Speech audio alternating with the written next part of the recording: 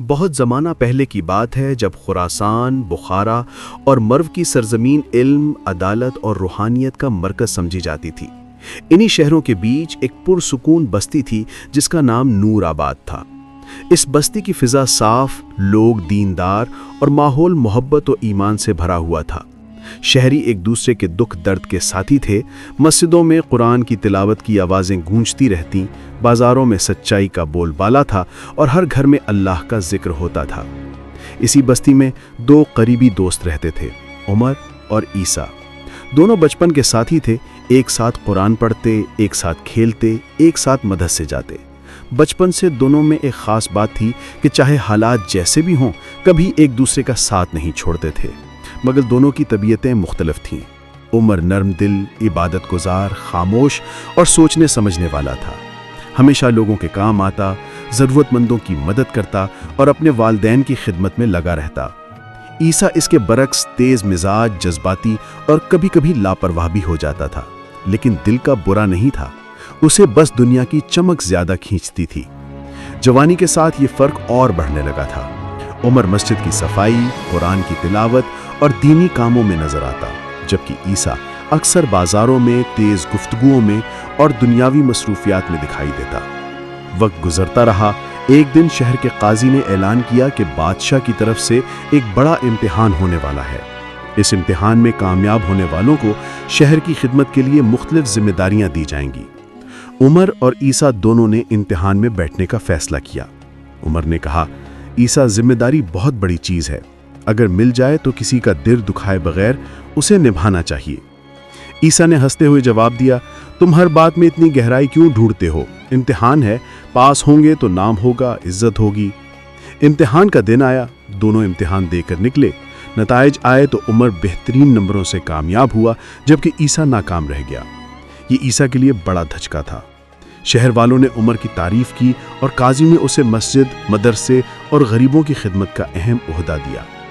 عیسیٰ اندر ہی اندر جلنے لگا، اس کا دل دوست سے دور ہونے لگا۔ وہ تنہا بیٹھ کر سوچتا رہتا، آخر مجھ میں کیا کم تھا؟ ہمیشہ عمر کی تعریف ہی کیوں ہوتی ہے؟ شیطان نے اس کے دل میں حسد بھر دیا، وہ عمر سے کم بات کرنے لگا۔ عمر نے کئی بار سمجھایا، اسے پاس بلایا، بات کی، مگر عیسیٰ نے خود کو اس سے دور کر لیا۔ پھر ایک دن شہر میں ایک بوڑھی عورت بے ہوش ہو گئی۔ لوگ اسے عمر کے پاس لے آئے۔ عمر نے بڑی شفقت سے اس کی مدد کی، کھانا کھلایا، دوائی دی، پیسے دیے اور اس کے گھر تک چھوڑ کر آیا۔ عیسیٰ یہ سب دیکھ رہا تھا، مگر اس کے دل میں عجیب سا احساس پیدا ہوا، حسد بھی، ندامت بھی، مگر ضد نے اسے ماننے نہیں دیا کہ عمر سچا نیک ہے۔ کچھ دن بعد شہر میں ایک عظیم عالم کا آنا ہوا، لوگ دور دور سے اسے ملنے آتے۔ اس عالم نے کہا کہ نیکی وہ ہے جو دلوں کو نرم کرے، اللہ کے قریب لے جائے، اور برائی وہ ہے جو دل کو سخت کر دے، چاہے وہ چھوٹی ہی کیوں نہ ہو۔ یہ بات عیسیٰ کے دل پر لگی، مگر ابھی بھی اس کا دل صاف نہیں ہوا تھا۔ ایک رات بستی میں زبردست آندھی آئی، بجلی کڑکی، چھتیں اڑنے لگیں، درخت ٹوٹنے لگے، لوگ ڈرے ہوئے تھے۔ اس رات ایک پردیس سے آیا مسافر راستہ بھٹک گیا اور بستی کے باہر کھنڈرات میں پناہ لینے لگا، مگر وہ جگہ محفوظ نہ تھی، وہ زخمی ہو گیا۔ عمر کو خبر ملی تو وہ فوراً وہاں پہنچا۔ طوفان زوروں پر تھا، مگر عمر اس کی مدد کے لیے نکل گیا۔ اس نے مسافر کو سہارا دیا، گھر لے آیا، پٹی کی، کھانا دیا اور بستر دیا۔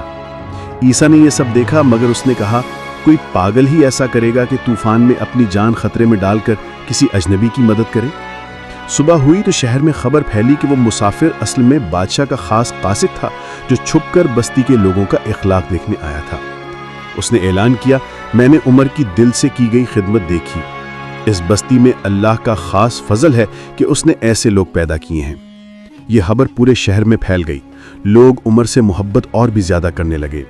قاضی نے اس کی تعریف کی، لیکن عیسیٰ اب اندر سے ٹوٹ چکا تھا۔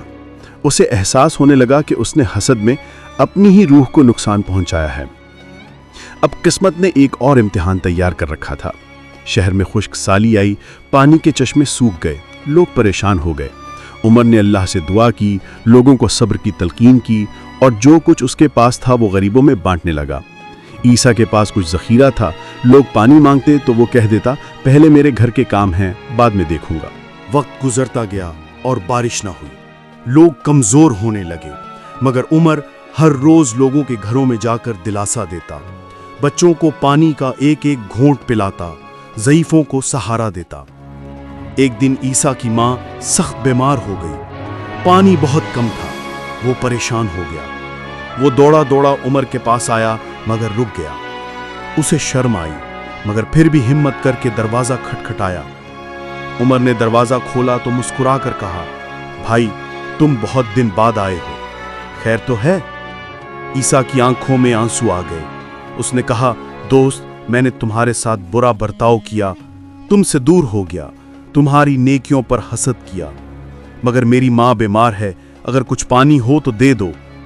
عمر نے فوراً اپنا آخری بچا ہوا پانی اس کے ہاتھ میں رکھ دیا اور کہا، عیسیٰ ہم ایک دوسرے کے لیے ہیں، نیکی رشتوں کو جوڑتی ہے، برائی دور کرتی ہے، اللہ سے معافی مانگو، وہ سب معاف کر دیتا ہے۔ عیسیٰ یہ سن کر پھوٹ پھوٹ کر رونے لگا۔ اس نے کہا، عمر تم جیت گئے، تم نے میرے دل سے نفرت کا اندھیرا نکال دیا۔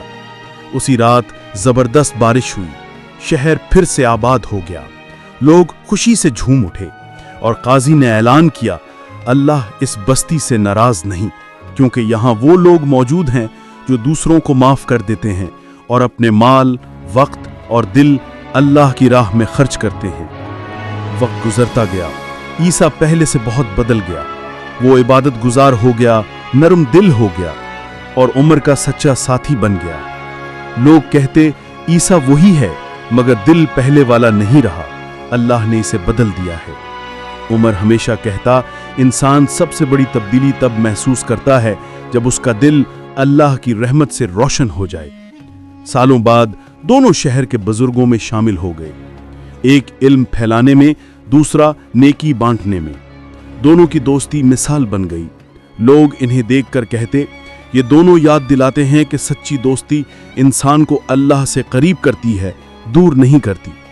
آخر میں دونوں نے اپنی زندگی اسی اصول پر گزاری کہ نیکی کبھی ضائع نہیں جاتی، نہ دنیا میں اور نہ آخرت میں۔ یہی بات عمر ہمیشہ کہتا تھا، لیکن وقت نے اس بات کو ایک ایسے واقعے سے ثابت کر دیا جو پوری بستی کی زندگی بدل دینے والا تھا۔ نور آباد میں ایک رات عجیب سی خاموشی تھی، چاند بادلوں میں چھپا ہوا تھا، ہوائیں رک گئی تھیں اور بستی کے بڑے بوڑھے کہتے تھے کہ آج کی رات کوئی خاص رات ہے۔ اسی رات ایک قافلہ شہر کی طرف آیا، قافلے میں ایک شدید زخمی نوجوان تھا جس کے کپڑے پھٹے ہوئے تھے، پاؤں خون سے بھرے ہوئے تھے اور آنکھوں میں خوف تھا۔ قافلے کے سردار نے بتایا کہ یہ نوجوان یزدان ہے، دوسرے شہر سے آیا ہے جہاں ڈاکوؤں نے اس کے گھر کو لوٹ لیا، ماں باپ کو زخمی کر دیا اور اسے جان سے مارنے کی کوشش کی۔ وہ کسی طرح بھاگ آیا مگر راستے میں زخمی ہو کر گر پڑا۔ قافلے والوں نے کہا، ہمیں آگے جانا ہے، اسے کسی نیک آدمی کے پاس چھوڑ دو۔ بستی والے خاموش ہو گئے، ہر ایک پریشان تھا کہ اسے کون سنبھالے۔ پھر عمر آگے بڑھا اور کہا، میرے گھر لے آؤ۔ عیسیٰ بھی ساتھ آ گیا۔ اس نے پہلی بار خود آگے بڑھ کر کہا، یار عمر، اس کی ذمہ داری ہم دونوں مل کر اٹھائیں گے۔ یزدان کو گھر لایا گیا، اس کا علاج شروع ہوا، کئی دن تک وہ بے ہوش رہا۔ عمر اس کی پٹیاں بدلتا، عیسیٰ اسے پانی پلاتا، کھانا بناتا، راتوں کو جاگ کر اس کی نگرانی کرتا۔ بستی کے لوگ حیران تھے کہ جو عیسیٰ کبھی کسی کی بات برداشت نہیں کرتا تھا، اب وہ سب سے زیادہ نرم دل ہو چکا تھا۔ دن گزرتے گئے اور یزدان نے آنکھیں کھولی۔ اس نے عمر اور عیسیٰ کو دیکھا اور کمزور آواز میں کہا، اللہ نے تم دونوں کے ذریعے مجھے نئی زندگی دی ہے۔ چند دن بعد یزدان کافی بہتر ہو گیا۔ ایک رات وہ بیٹھا ہوا آسمان کی طرف دیکھ رہا تھا تو عمر نے پوچھا، بیٹا کیا سوچ رہے ہو؟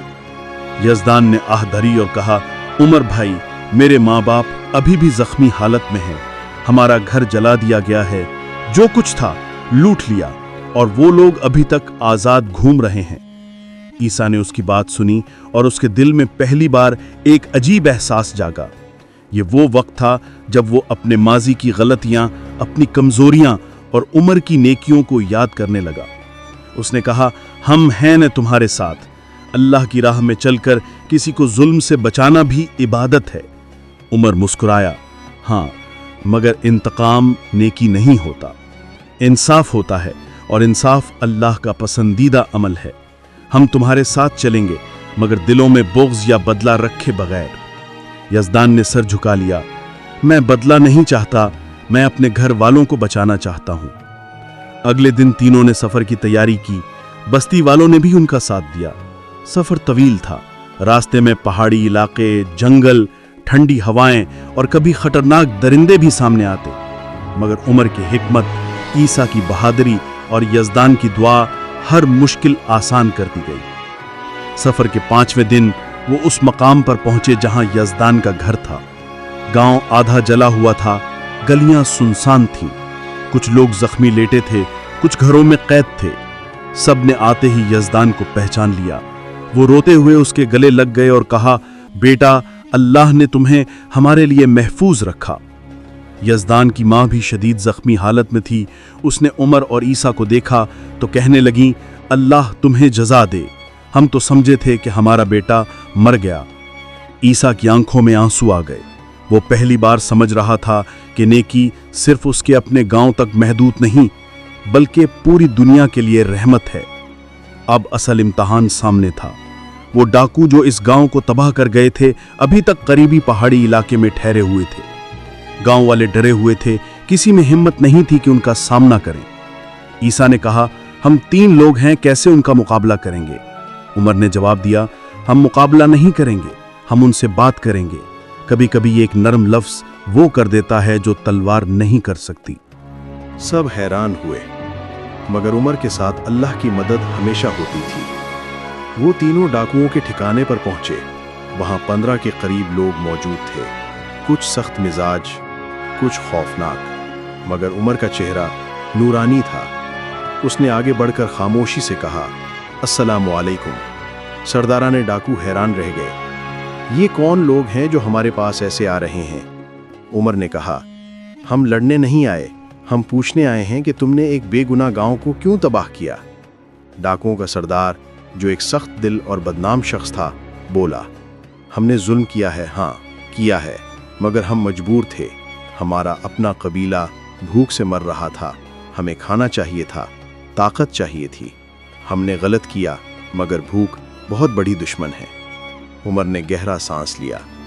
ظلم کبھی جواز نہیں بنتا، لیکن بھوک واقعی انسان سے کچھ بھی کرواتی ہے۔ پھر عمر نے وہ الفاظ کہے جنہوں نے جنگل کی خاموشی کو بدل دیا، اگر ہم تمہارے قبیلے کو کھانا دے دیں، اگر ہم تمہیں روزگار سکھا دیں، اگر ہم تمہیں عزت دے دیں، تو کیا تم ظلم چھوڑ دو گے؟ ڈاکو حیران رہ گئے۔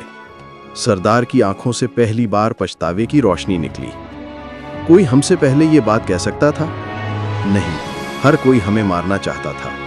تم ہمیں بدلنے آئے ہو؟ عمر نے کہا، نیکی اسی کا نام ہے جو گرے ہوئے کو اٹھائے، نہ کہ اسے اور دھکے دے۔